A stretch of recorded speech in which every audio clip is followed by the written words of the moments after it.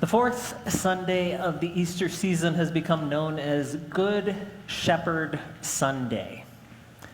Our lectionary readings tend to contain a good bit of shepherding imagery, and the gospel always comes from either nearby or directly in a section of John known as Jesus' Good Shepherd Discourse.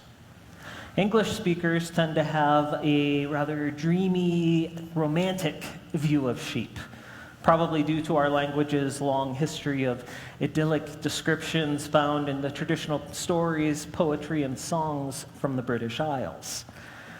Based on my limited experience with our pet goats, I guess that the reality of tending sheep is a good bit messier and probably stranger than a lot of us would have been led to imagine. But for first-hand experience in that matter, I will need to refer you to Bob Anderson. Now, in the modern world, most of us have little or no context for what Jesus is talking about here, and not just the ins and outs of sheep husbandry. Even the immediate situation he's facing in our passage is generally unknown to us. But he isn't making isolated statements while cuddling a newborn lamb or resting somewhere in a pasture. He's addressing and trying to make sense of a very real and potentially dangerous experience. To get the full context of what's going on, we need to swing all the way back to the end of chapter 8, where Jesus leaves the temple as a crowd was preparing to stone him to death. As he and the disciples slip out, they walk past a blind person, and debate ensues about what might have caused this man to be born without the ability to see. If everything happens for a reason, then who's responsible for this? Had his parents or one of his ancestors done something to displease God? Had God maybe looked ahead at his life and decided to pre-punish him for some sin he might eventually commit?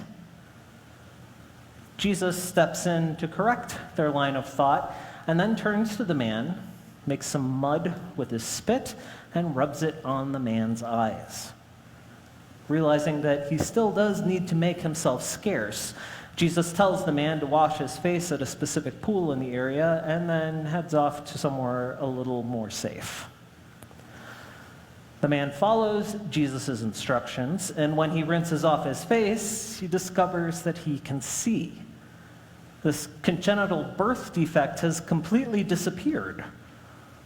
An uproar begins to foment among the people, and soon both the man and his parents find themselves in custody, facing interrogation about what exactly happened.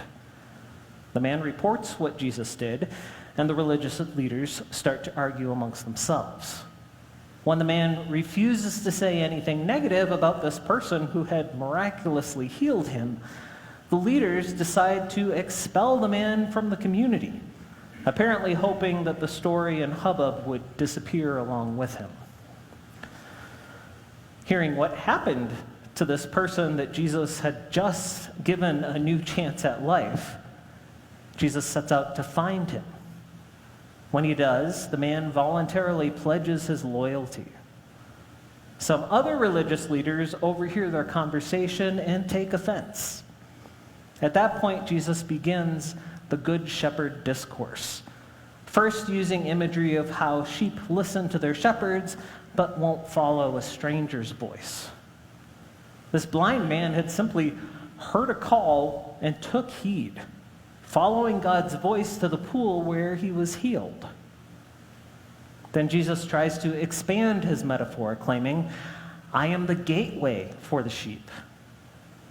His object isn't to restrict movement within God's kingdom, to cut certain people off or decide who does or doesn't belong in any given situation.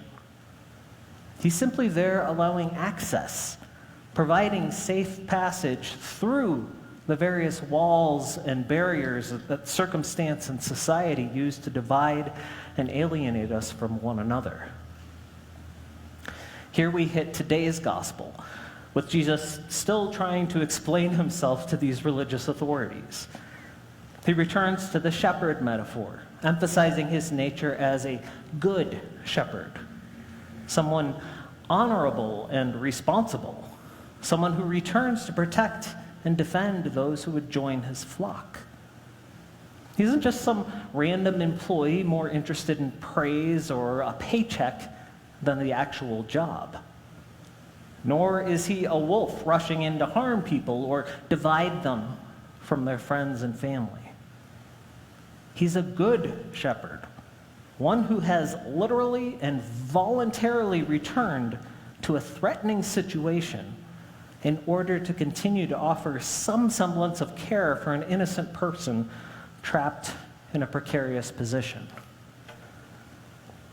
In our midweek message email, Deacon Ann reminded us that the world is always ending and the world is always beginning. This blind man's world had ended in a very unexpected fashion.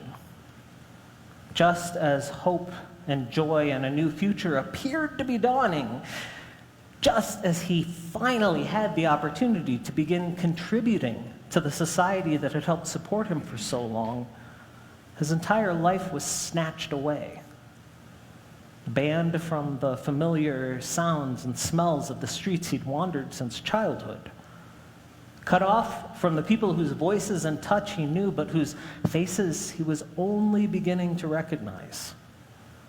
One of the first things he ever sees is strangers, people who had never even considered his existence, allowing their unrelated agenda to shatter and crush what should have been the beginnings of an impromptu festival.